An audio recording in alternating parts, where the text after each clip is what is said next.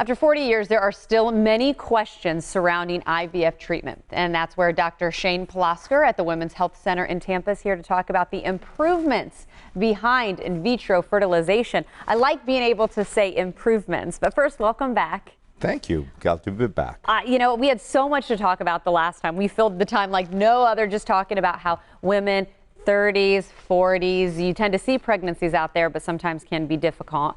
And I know a lot of times people turn to IVF. Explain what it is and how you are able to help. So IVF is a process where the woman is given fertility drugs. And the goal of the fertility drugs is to get the ovaries to release as many eggs as we possibly can during that particular month. So in normal circumstances, right, women release one egg at a time, have one baby at a time. The goal here is to get as many as we can. We do ultrasound monitoring and blood testing. And with the ultrasound and the blood testing, we can determine when the eggs are mature. Once they're mature, we retrieve them in a 15 to 20-minute procedure, fertilize them with her partner's sperm, and then at some point in the future, transfer a certain number of fertilized eggs back into the uterus, usually in this day and age, one fertilized egg at a time. I feel like IVF is something, and it's probably just with my age and being pregnant. I feel like so many people my age, 30s, 40s, have been able to go ahead and move forward with IVF. I didn't realize how popular, how common it is. Are you seeing more people seek out IVF, or are we just becoming more educated about it? We're without a doubt more people. I mean, if you look at the number of IVF cycles in the United States, annually, it's well over 200,000 now. And I can remember not so long ago, 10, 15 years ago, when it was closer to 100,000 or even less. So it's become a much more accessible treatment.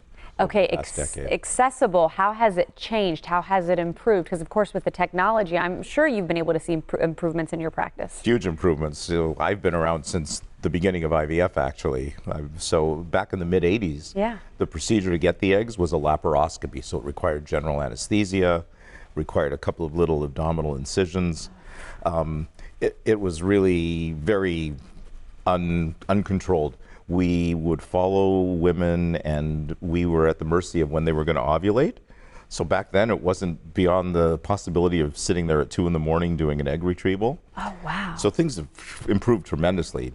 Even in the mid-'80s, what started is we were able to do ultrasound-guided retrieval, which is a much less invasive procedure for the patient, for the woman. And correct me if I'm wrong, but a lot of women have to have this multiple times. Some choose to have it multiple times. And that's true, although that's one of the other improvements, is that as things have gotten more sophisticated, it's not beyond the realm now that women will go through one retrieval, get all the eggs they need, and then have those embryos available to build the rest of their family. Okay. So they have their baby, and a year or two later, there are some frozen embryos available, and they're able to come back and have another embryo transfer with the frozen embryos. So that's one of the improvements that we've seen.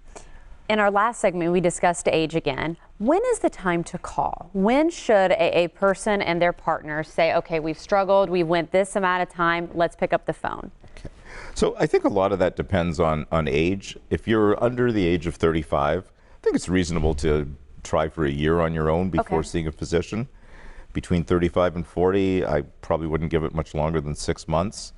And I think once you're 40, it, to my opinion, doesn't hurt to just call and get an evaluation, and you absolutely should continue to try and get pregnant on your own while all this is going on.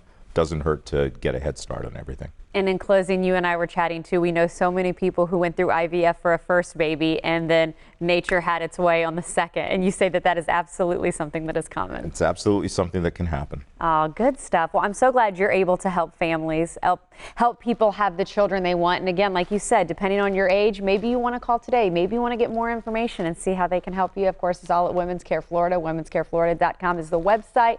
Thank you so much. It was so nice meeting you. My pleasure.